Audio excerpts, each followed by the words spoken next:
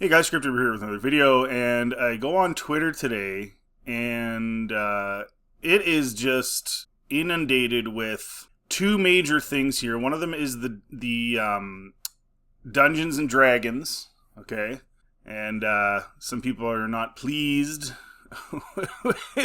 with what they did.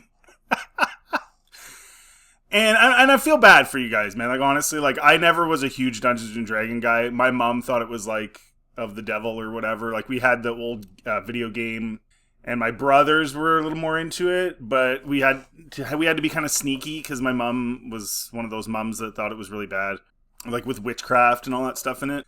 But for the guys that are huge fans, I do feel bad, but I did want to go into this and give some details about some of this stuff. So there's a lot of angry people on Twitter posting the images, and I wanted to delve into where they came from, who made them, why they made them, what is motivating them to do this with Dungeons and Dragons. And then the other one is this no girls allowed thing that's been trending now on Twitter for a while, having to do with, I'm not even really sure where it started.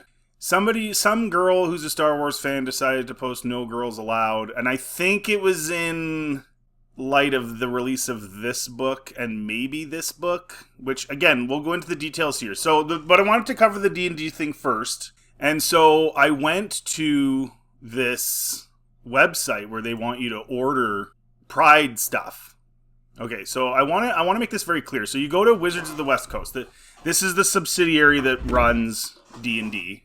And they're owned by Hasbro. Their priorities have greatly changed. So you scroll down and it's like values that define us, and it's like, okay, fine, like be legendary, build a good crew, yeah, like make your game fun. I get it, all well and good. And then they have this diversity, equity, and inclusion full like section, and then they have these different things that they support. So they're supporters of Institute for Youth Mental Health. Okay, mental health professionals. This matters, guys. This matters. This is why I'm showing you this. This is sort of the foundation of this whole mentality of the DEI stuff. It's a nonprofit that protects emotional health and prevents suicide for our nation's teens and young adults. And then, of course, you have to say, well, how do you go about doing that? Okay, because all these things are tied in. A lot of it, if you'll notice, is it's very diverse in terms of skin tones, but it's not diverse in terms of what they're saying. I'm not saying necessarily the JED Foundation itself, but just this whole cause, right? And then there's this Black Girls Code. From robots to art to AI are programs for participants aged 7 to 18, make tech fun, hands-on, and confidence building so they leave ready to build on what's next. And it looks like it's pretty much exclusively just for black people. So, again, the foundation is based on immutable traits, right? But then we're going to care about the cause, despite the fact that we're saying it's immutable. And this also ties into the no girls allowed stuff, because there has been this massive push supported by massive global NGOs to put more of this type of people, whether it's like the no girls allowed, lots of girls, whether or not they're black, whatever, I don't care about that, but the idea that they want more girls in these programs that traditionally, things like D&D, things like Star Wars, things like nerdy stuff like gaming back in the day, all that stuff, that was a very male-dominated industry. Those industries were very male-dominated. Now, that does not mean that there weren't some females involved. Of course there were. It was just much more male-dominated. And the changes we're seeing now in these spaces that were traditionally male-dominated are very clear. They entered these spaces not to add to what had been done, but to change what it is. And they're doing that because they're being empowered to do that by these companies like Wizards of the Coast, like Lucasfilm. That's their goal. It's not to say we really, really, really love D&D and we want to continue it. It's we only like D&D if we change it to what we wanted it to be. In other words, we didn't actually like it. We will though once we change it, right? That's essentially what it comes down to. So they have all these, and then you go to the diversity, equity, and inclusion. We support all people, promoting inclusion across wizards of the coast and society. Makes the world a better place for all. We're committed to creating a diverse and inclusive culture that values, respects, and empowers employees to do their authentic selves and bring their ideas forward. This is the same thing that Kathleen Kennedy has said. It's about bring in someone who hasn't been in the space and then empowering them to turn the space into what they want it to be. Again, I go back to it. They're not hiring people that really, really love it for what it is or what it has always traditionally been, whether it's D&D, Star Wars, whatever. They're hiring the Leslie Headlands. They're hiring these people and then saying, change it to what you want it to be. But the problem with that is that the fan base loved it for what it is, not what this random single person thinks it should be. Okay, so this is a very important topic. We celebrate diversity because we believe that rich, varied perspectives generate the best ideas experienced in games. But they don't, though. Right? They don't for a lot of people. Like, when you look at this... like, is this what you think of when you think of Dungeons and Dragons? I mean, really? That's what you think about? I don't think that's what people would be thinking about. So you brought in this other person, and they put their spin on it, to make it into what they wanted it to be instead of appreciating it for what it was. It's essentially an infiltration. And it has nothing to do with whether somebody's of a particular ilk, LGBTQ, whatever.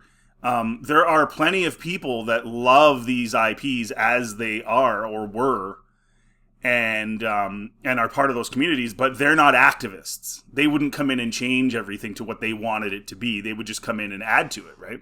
So it's not as simple as saying, these people are all bad, they've infiltrated my thing. What I think is more accurate is, the activists within these particular groups were empowered to come and change things. You know what I mean? So I'm saying, I'm not blanketing everybody, right? It's a specific group of people that are trying to change things into what they want them to be. I mean, like guys, that thing should be like screaming and evil face and ready to kill everybody. And now it's like this friendly, lovey, rainbowy thing. That just isn't what that is in Dungeons and Dragons. And people are mad, right? The people that are responding negatively are not random people that aren't supporters of D&D. Those people don't care. They don't care. The negativity you're seeing online for this is from the people that would spend the money because they love it. The people that don't spend the money, they don't care. Like, if I don't play D&D and they ruin it, well, it doesn't really affect me. It affects the people that play it, and so they're angry. Yeah, and this is the type of art you got up until quite recently. First of all, I think it's a higher quality of art. I think it's harder to do a piece of art like this, a painting like this, than it is to do this guy's little cartoony thing. But back to this. So they've got these people, and I'm sorry, but when I look at these people, of course it has to be equal men, equal women. I just see losers, and not the good kind, not the nerdy kind. This guy's a little nerdy, but I just don't see it making any sense. That just reminded me, my buddy has a big D&D channel on YouTube, actually, a guy I grew up with. I'm curious to know what he thinks about all this. So like you see here, it's all about those other groups and organizations they were supporting, right? Remember the suicide stuff and all that, and then the LGBTQ stuff within that sphere. So the virtue signal went from, we support having you in the community, to, we are hiring you to change this thing to what you want it to be, to, that's still not enough. We also have to be involved in all these organizations that are for you, right? So it's, and I don't know what the next leap is. The next leap might be there isn't one because people are very angry about this. So there's that. Okay, but let's go back to this. Before we get into the Star Wars stuff, let's go back to this. So I looked at this and I thought to myself, who made this? Like, obviously this person was hired to do this job. Like, is this exactly what he was told to do, or is this more kind of his thing? So it was hard to find out because if you go on Twitter, every single one of the images of this, they crop out the bottom corner that says the dude's name. So I actually had to like look and see notice how it's all cropped out, because that's what they released. They released the cropped version. So I wanted to know who made this, and I found out who made it. And his name is Ricardo Bessa. He's a pretty good artist in other realms. Like, this is a nice piece of art here, the Star Wars art. But he's the one who did this cartoon, this Dungeons and Dragon cartoon that doesn't even really look like Dungeons and Dragon, and is obviously replete with a lot of messaging. This is his X profile. He's been hired by Magic the Gathering, and I mean, it's pretty clear.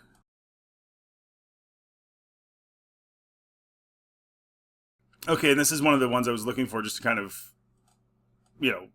verify this. So, gay kid, now gay illustrator, still hesitant about participating, which is why I had to do this, blah, blah, blah. So, this guy is being empowered by Wizards of the Coast to put we're committed to creating diverse and inclusive cultures that value, respect, and empowers employees to be their authentic selves and bring their best ideas forward. See? He's been being encouraged to bring his ideas forward, which are, he does do a lot of gay art. And he's gay. So he's going to bring, if someone says to you, put your own spin on this, he's going to put his own spin on this. He's a good artist. He could have made a normal D&D just like this Star Wars thing, or this, Lord of the Rings. He could have made a traditional Dungeons and Dragons piece of art. But they made all these pieces of art for the Pride stuff. And that's what he was hired to do, and that's their priority, as you can see. So this is what's happened now to these IPs, is they have been selected to be completely changed and to be nothing like they were before in order to present themselves as being inclusive. Like I said earlier, you can hire anybody. They could have hired this guy to do a really cool, very traditional style D&D thing, but the priority was the Pride stuff, right? And so people are ticked off. It's just, he's worked on properties such as Game of Thrones, Power Rangers. Yeah, he's done a lot of stuff, this guy. Okay. Yeah, and if I may here, like, when you look at this, it looks like just like everybody's gay. Like, these two women are getting close, and these two as well, these guys, of course. It's almost like a Pride event, right? That's kind of what this feels like in the way that they illustrated it. But anyways, so unfortunately, these IPs will die off. There's just not enough people that are going to be into those types of changes, especially considering, again, that so many of them liked it for what it was, not for what they're turning it into. It's going to turn some people off. Like, to what extent are they putting this stuff into the games themselves? Let me know in the comment section. Someone was saying they're doing that in Magic now. They're adding a lot of this stuff into the games. The idea that people are, like, you can call people bigots, right? Like, you can say, if you don't want women in Star Wars, you're a bigot, or if you don't want Pride in D&D, you're a bigot. You could call somebody that. But you can't make that person spend money on it. Calling a person a bigot, they aren't going to be like, oh, you're right, I'm a bigot, here's $100 for your D&D game. That's not how it works. So ultimately, these hugely popular cultural things are going to fade. And they are fading. They are. And it's also funny to me that men aren't allowed to have anything. Like, women, like, not to get too intense here, but, like, Feminism went from like equality to we want to take over your stuff. It's not enough that we have our stuff and you have your stuff. We want to take over your stuff. That's kind of what's happening. And these companies announce that they're going to have all these women and people that, Leslie Headland hires a writer that had never seen any Star Wars and was bragging about it as if that's a good thing. Like, just crazy. And I don't know. I don't know, like, that kind of is an indictment of women. If your goal was to get more women and girls into Star Wars, which, by the way, you're a female-centric brand. I thought you bought Star Wars to bring in more guys, but alas, if that was your goal, Kathy made that pretty obvious early on. So you're saying that the only way women and girls would be interested in Star Wars is if they knew that there were more women behind Star Wars? So you're saying that you're literally trying to appeal to a shallow fan? That's what you're essentially saying. That will only enjoy something if it had been made by who they think it should have been made by. You know what I mean? Like, if you put them all in a room and you didn't tell them who made an episode of whatever show for Star Wars, for example, if you didn't tell them who made it, they watched it, and then they all left, and then they all gave a review of what they thought of it, and the reviews were positive, and then the next day you email them all and tell them that, well, most of it was written by men. And then what? They're going to say, well, we don't like it anymore because you didn't have women involved? So you liked it, but you found out it wasn't your preferred immutable trait, so therefore you're not a fan now? Like, is that... You see what I'm saying? That's kind of an indictment of these companies making it... Like, they're indicting their people they're trying to attract by saying the only way they will be attracted to this is if we have people that have immutable traits that they have. You're essentially saying, I want a shallow loser of a fan who puts immutable traits of people more ahead of whether or not they were genuinely entertained by whatever it was. And this is the type of thing, like, where I tell you guys all the time, like, these people are dumb. Like, none of them sat and thought that in their brain. To me, that's pretty obvious what you're saying, what you're calling your fans. But they don't see it that way because they're dumb. Like, they're dumb people. So we got this whole thing. So this, I talked about this book here, which it seems dumb. It seems dumb that, like, Rey doesn't need training. They're trying to fill in the gap and make Leia more prominent. And I talked about it. I was gonna talk about this one, and I decided not to. And this is like a straight up like romance novel. I don't know. Again, like, how many girls are going to buy this? I don't know. I remember back in the day, like, romance novels were like big buff guys and, saving the woman. And it was very erotic and stuff and graphic and all that stuff. And what was that really famous author's name? You let me know in the comment section. She wrote just a ton of these books. And they were very appealing to women. They sold a lot of copies. A lot. But this, is that appealing? Like, I don't know. He doesn't look particularly strong. Neither of them look particularly emotional or intense at all on the cover. It's just, they're just standing there. Doesn't it kind of feel like that? You go back to the D&D illustration too. It's like everything just seems to be getting dumbed down and lesser than it used to be and not as difficult. Like, you know what I mean? You're hiring artists that do this like really easy stuff compared to, the traditional stuff. Like those romance novels with those paintings that were really, really top quality. Cheesy, but top quality. Anyway, so all these girls are posting all of their, oh, I'm a big fan of Star Wars. And this is kind of the thing now. And in this particular case, there's a fair bit of success in what they've done. Because you'll notice it's a lot of Rebels, it's a lot of Filoni, there's Bad Batches, Acolytes, and some Clone Wars. I guess there's Darth Maul's in there, but it's a lot of more recent stuff. Which for a lot of us didn't feel like Star Wars, but I guess this person... That's pretty funny, actually. And again, I'm not saying they're not a fan. I'm just saying, are they a fan of what it was, or are they a fan of how much they've changed it, right? That's kind of the... See, this is misogynistic. Turning Star Wars into a girl brand will prove to be one of the costliest decisions in entertainment history. I think that might have been Gore said that. The franchise has never only been for men. See, this is the other problem with a lot of these people that have foisted their way into these IPs that didn't like them but only like them if they change to what they want them to be. Is it's always this, it's like there's no nuance to how they think. Everything's just black and white. That's it. Female Star Wars fans strike back at claim that the franchise is only for men. He's not saying it's only for men. He's saying they're trying to turn it into a girl brand. It was a brand for everybody, but was more male-centric. And the guys that were involved with it were mostly men. There were some women too, but it was mostly men creating things for boys and men. Some girls still liked it.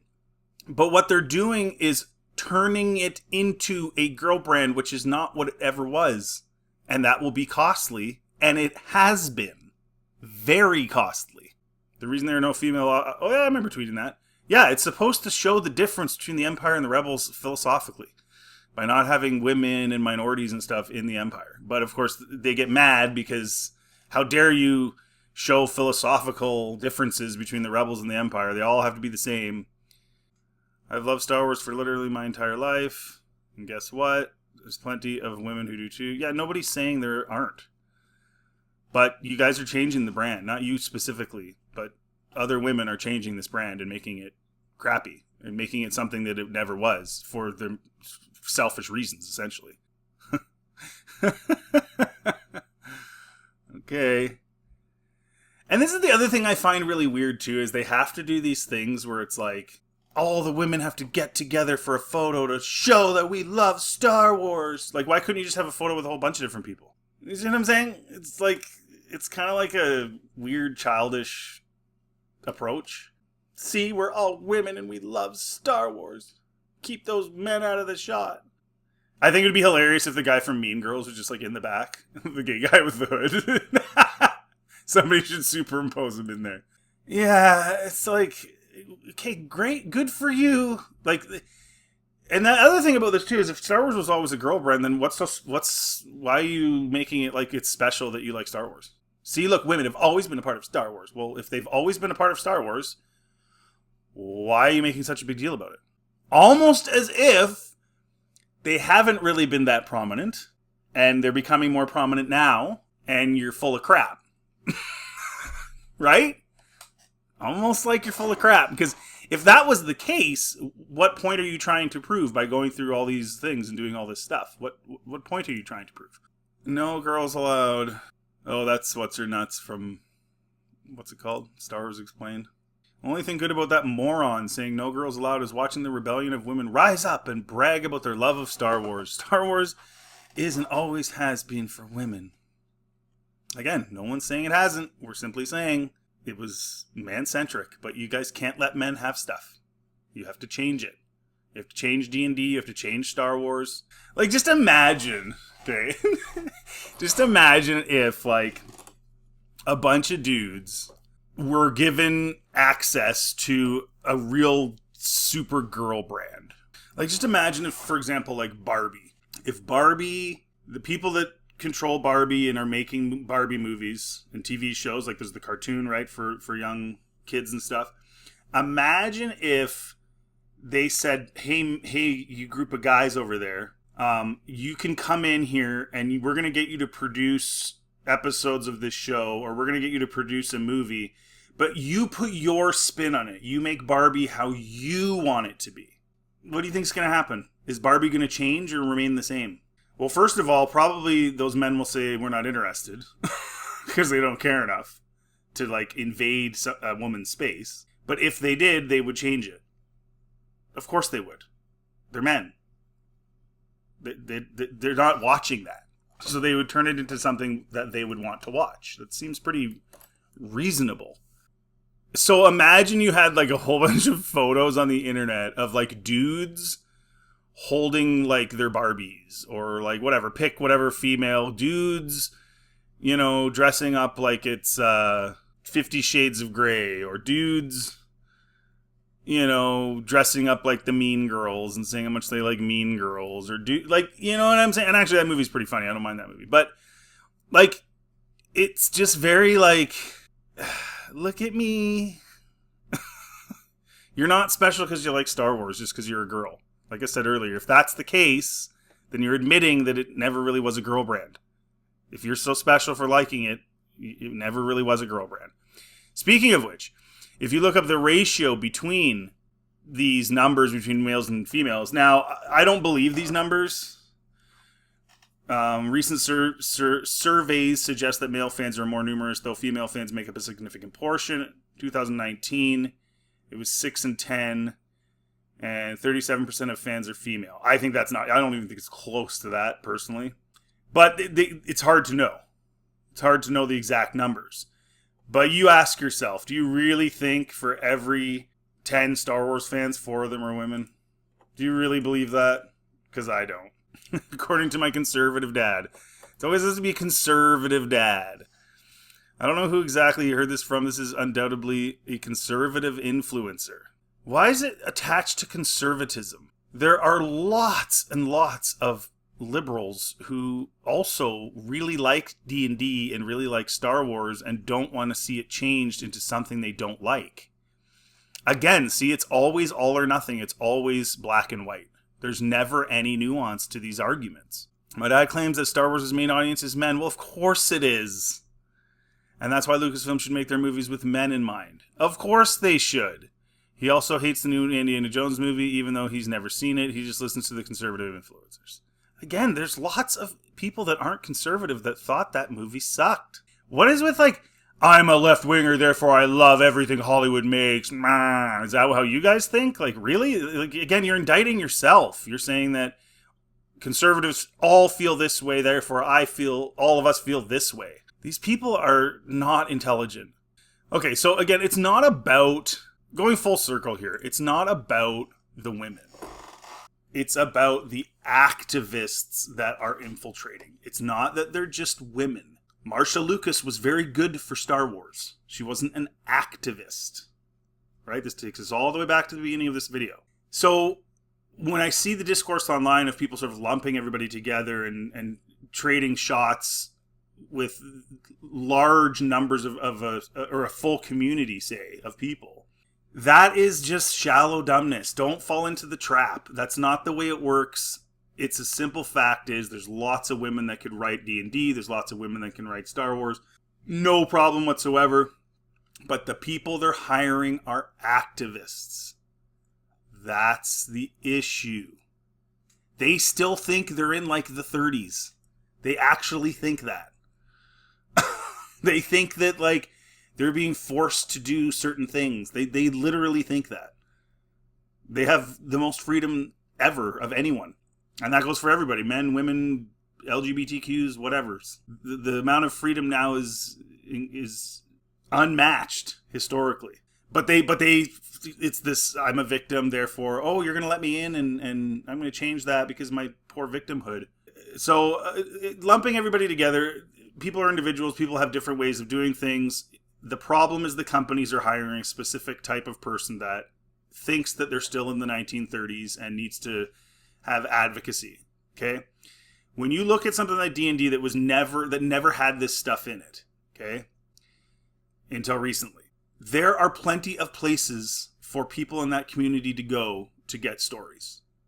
There are full streaming services dedicated to those people. But it's not about them having things that they want. It's about changing things that already were. Right? For all intents and purposes, these guys could make their own version of D&D, and it could be all LGBTQ and all women and all the white men are bad. Whatever they want, it doesn't matter. But they don't do that. They're encouraged to bring their advocacy into other people's spaces and change them, and then wonder why they are running out of money and wonder why the demand is going down. It's just not rocket science. When you have something that's an established brand, you have to be very careful not to veer off too far in any varying direction. A little bit here and there, a little bit of nuance, sure, go ahead. But you cannot make these very, very abrupt turns and twists to something that's already been around for a very, very long time for the sake of some advocate in your company to make you feel like you did something good. Like, that's essentially what this is about. I'm good because I hired the advocate. They're going to do all the work, and I'm just going to sit in my office. But I'm good because I hired the advocate. See, everyone? I hired the advocate. So all that to say, guys, let's just be smarter than these people. Let's use our brains. Let's think about these things the way we should. If you loved it for what it was and it's been changed, you're allowed to hate it. You're allowed to be angry. You're allowed to post. But again, understand who is responsible, and it's not every single person in any particular group. It's dumb advocates. That's the key. Let me know in the comment section what you think. If you like this content, please like and subscribe. Always helps the channel. Feel free to check anything else on my channel. Have yourselves a very good day.